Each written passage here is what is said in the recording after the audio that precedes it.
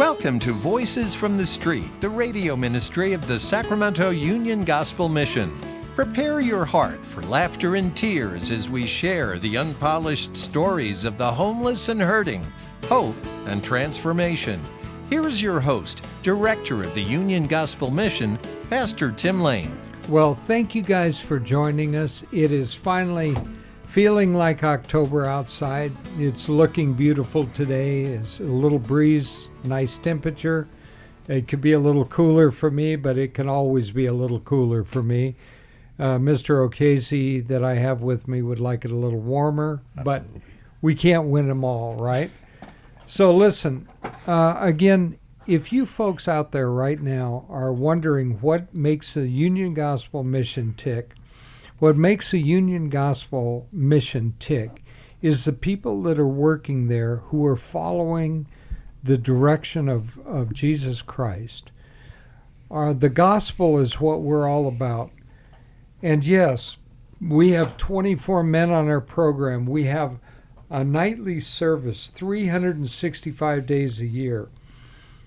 But the food that is cooked there is what draws many of the people in, and we can never look at the food service part of this as not part of the ministry to the people, and that we are serving Jesus Christ. And so I have Tim Trenum on here, who is the chef, the cook at the Union Gospel Mission and has been for the last 14 years. And I would call him his apprentice with me, Christian Okeze. And Christian is originally from Nigeria, and we're going to ask him a little bit about how he made it here. And Tim, as he's exiting the mission to go help back east with his sister, who is getting older and she's having a lot of physical problems, and he needs to go and get things situated because there's really nobody else there to do those things. And so that's what precipitated his leaving. And although he will eventually be back in the Sacramento area, at least that we are praying that that's the case, still he's going to be gone for a prolonged period of time. He did not want to leave the mission floating in the air with a guy that is gone for 3, 4, 5 months. And so he started training, and I believe that God had opened a door to bring the man in because he knew that Tim was going to exit the mission, and Tim would never want to leave the mission, as I said, in limbo. I would never want to leave as director without knowing that there was somebody behind me that, it doesn't matter whether you think I did a good job or a bad job. The one thing I can tell you is that I've always loved that mission and the people that are there. Somebody said one time, well, people are afraid of you. And several of my staff members laughed when I told them that because I asked the person at the time, who is afraid of me? So I truly care about these folks. I want you guys out there to know I care about you as donors as well, because you're the ones that pump the money into us that we don't take just for granted, that we use for the glory of God. And so at any rate, Timothy, could you say hello to everybody out there? Hi, I'd like to say hello to everybody, and I hope that God is blessing your day. So Tim, you're not leaving because you do not care about the mission, right? Absolutely not, Pastor. We've had this conversation. We have, but they haven't. A lot of times. And the time I've spent at the mission, I don't believe it was of me. I agree. I believe Christ brought me there at a time where he could utilize the blessings that he bestowed upon me to affect the mission and give back to people. I was in retail management for a number of years. I ran 6 departments for Macy's. I had 108 people under me. And I had the ability, I believe God used the abilities that he blessed me with to try to change the mission in a way it could be operable, but yet serve the people. And Amen. it took a while for me to get the disposition out and the attitude I had working out there, because Sure.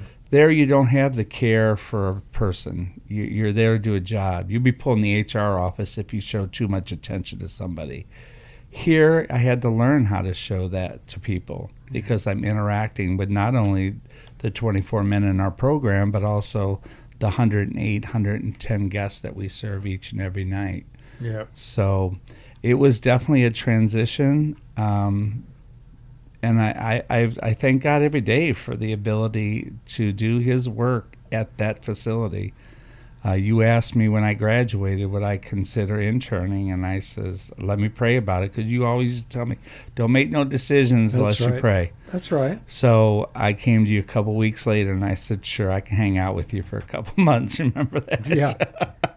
And that was, 14 years ago? Yeah. So God had me right where he chose for me to be, not where I wanted to be. God always has us where he wants us to be. So, Mr. Okeze, Yes, sir. Christian, Yes. you, I know a little bit about your background. I know that you originally came from Nigeria, and I think one of the more fascinating things that I heard you say one time was that your grandmother was pivotal too, right? She was a Christian woman, and Absolutely. so could you tell me a little bit about your journey? Not so much coming from Nigeria, but one, how you got to the mission, and before that, I'd like to hear your parents and your grandparents, their influence on you and the gospel. All right. So my grandfather, he was actually a pastor himself. I was born in his church on Christmas Day. So my grandparents were real influential in my life. My grandmother, we didn't have much growing up. We were quite poor growing up. And my grandmother, I always watched her as a kid make something out of nothing. She was an excellent cook. But most of all, she loved her family. And that was passed on to my parents, my mom and my dad, both from different tribes in Nigeria. And the likelihood even of them meeting, is a miracle in itself. But one thing I do remember of, the relationship that they had was they always had this kind of love that I couldn't describe.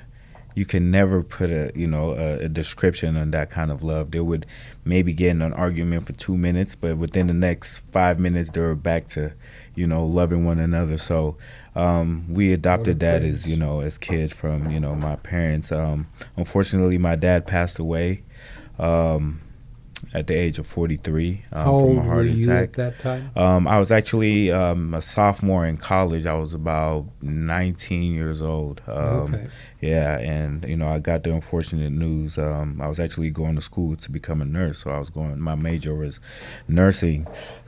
So my mom, she actually passed away when I was much younger. I was actually 8 years old when my mom passed away from complications from pregnancy. Yeah.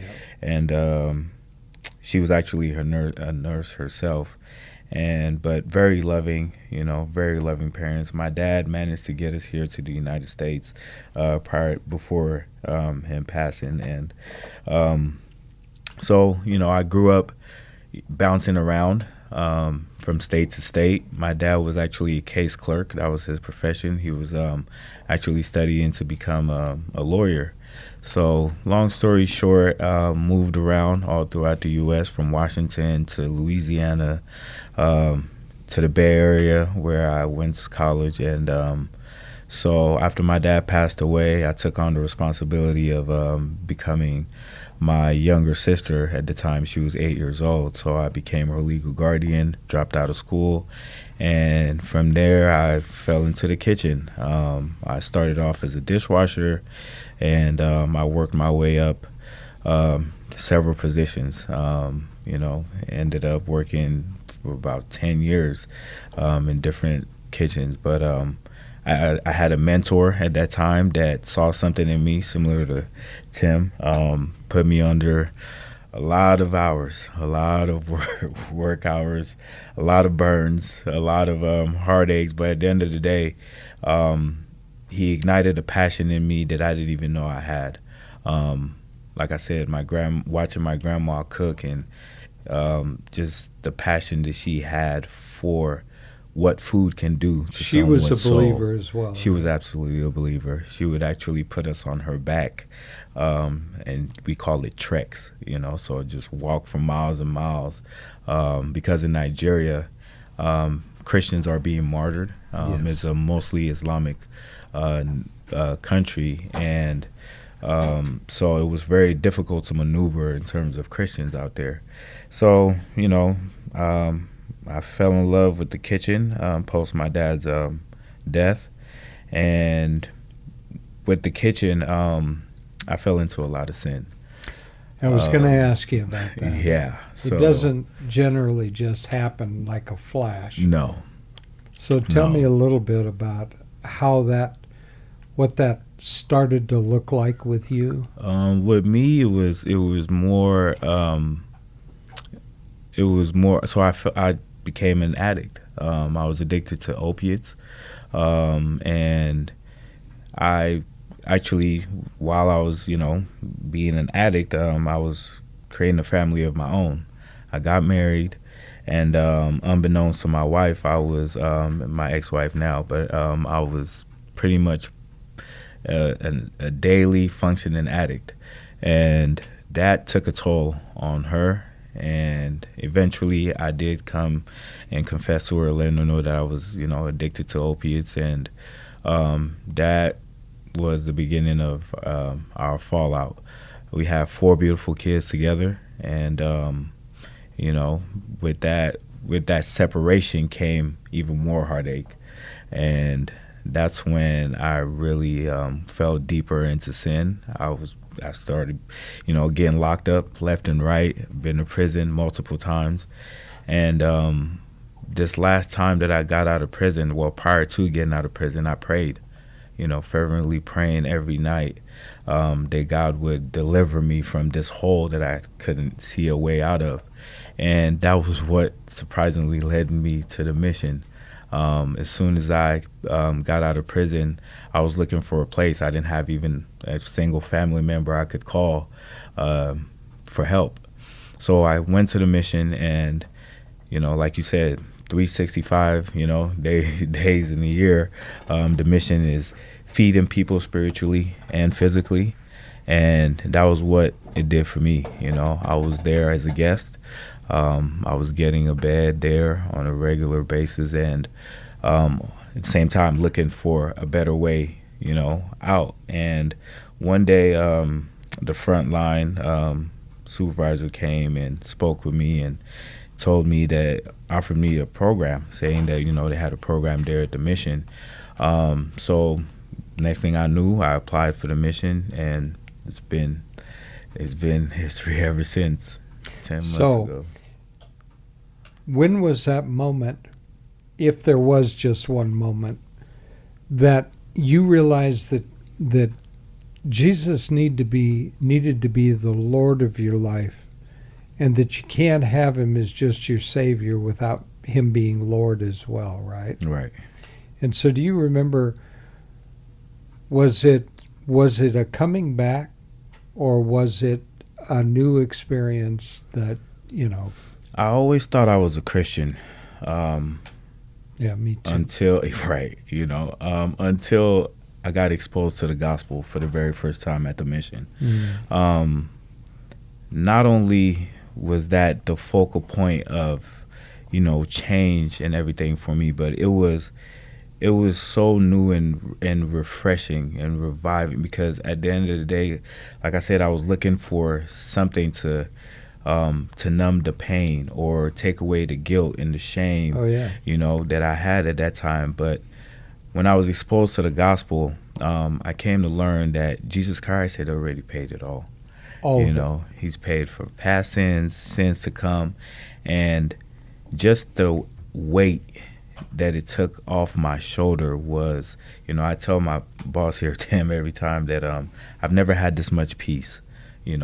Now, do I still go through things? Absolutely. But in the midst of this chaotic life that we all live, there is relief, and that's in Jesus Christ. And understanding that was really, really the best thing that has ever happened to me. Not only do I sleep better at night, but I wake up happy every single day in order to be able to be in a position where I could serve.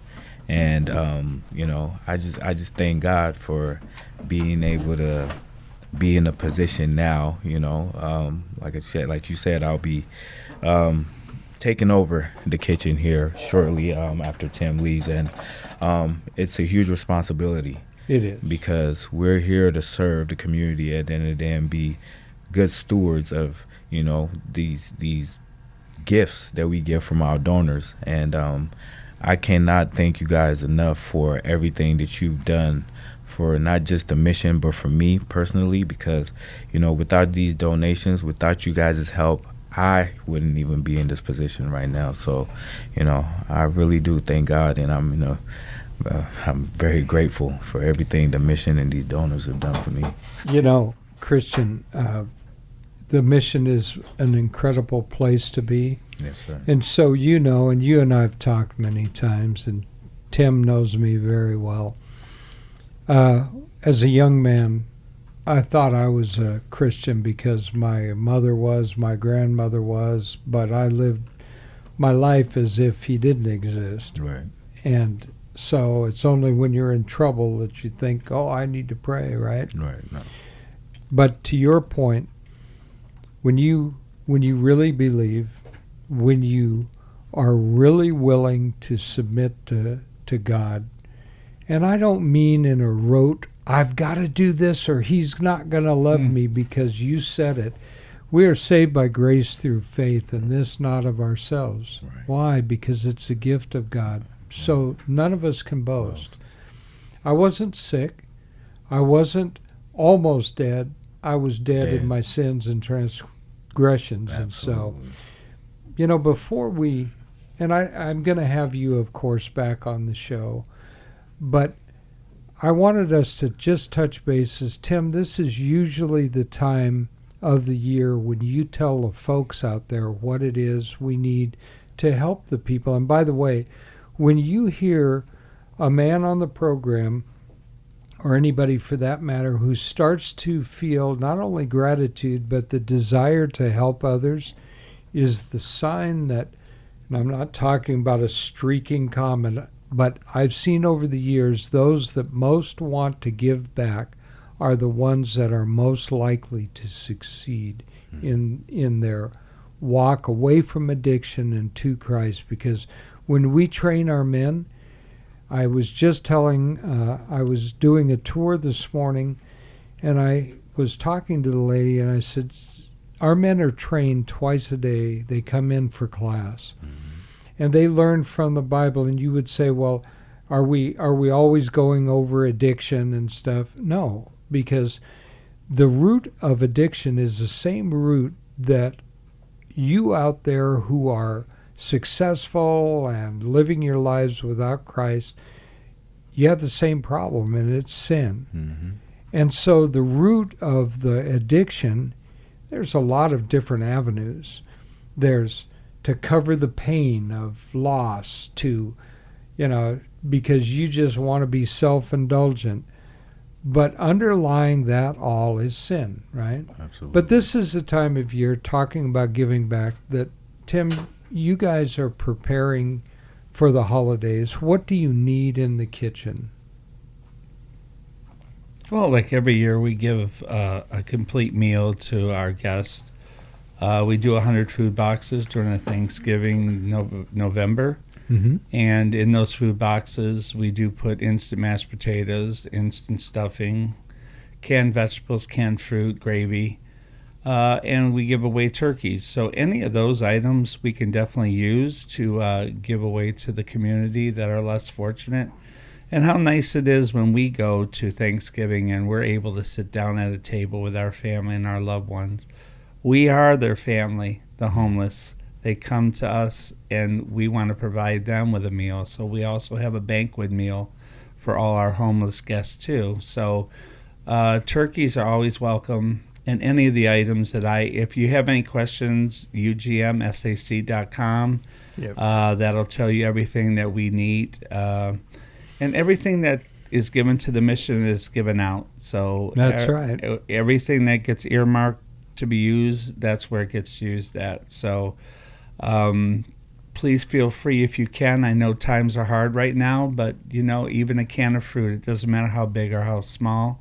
It's just at the thought, and it comes from your heart, and know that we're doing God's work with the items that you do give us. That's absolutely right. And you'd be surprised at the gratitude, right? That not everybody's grateful, but I can tell you also that we get some amazing donations.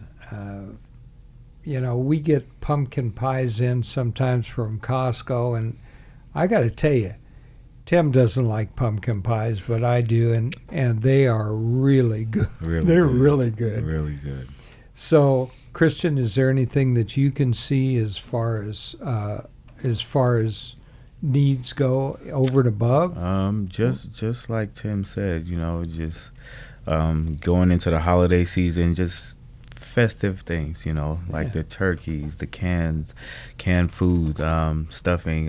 One thing that we try to do when we're at the mission is cook it to the best of our abilities. At the end of the day, yes, we do it for our guests. We call them guests because, like he said, they're our family, but we try to cook it to the best quality as we possibly can. We have an excellent group of chefs there right now at the mission. Very talented, very versatile. So please, anything that you guys are able to donate, honestly, really helps a lot. I know it's helped me, and I know for sure it could definitely touch and help someone, especially in the position that they're in, being on the streets and everything like that. It could just give them that reminder that, that they are loved, and that's what it did for me. So, we want to thank the donors for everything. I also wanted to add that along with all those things that were mentioned by my two friends here, people sometimes do not understand that your prayers, if you are a believer in Jesus Christ and you are praying for this mission, for the people out on the street, for the people that have houses or apartments or trailers or whatever, because when they're talking about food boxes, we give out food boxes to families and people over 65 years, 62 years old. And we want them to have the traditional Thanksgiving most of us have had. So, gentlemen, first of all, I'd like to thank each one of you. Timothy, you're always my friend. I'm, of course, sad to see you going. I know that we will not lose touch with each other. We plan on still getting together. And Christian, it has been a long time since I have been as encouraged about somebody outside of the fact that Matthew in our finance department came. But I've from the very beginning believed I saw something special in you. And the most important part for all of us is walking with Christ. So as always, my dear friends, may God hold you in the palm of his hand.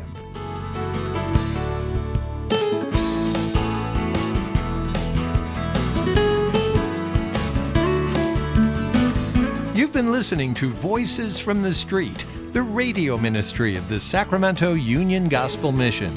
If your heart's been touched and you want to know more about the work of the mission, log on to ugmsac.com, ugmsac.com. To donate clothing, food, time, or financial help, call 916-447-3268, 916-447-3268. Thank you so much for listening. Join us again next week at the same time for Voices from the Street.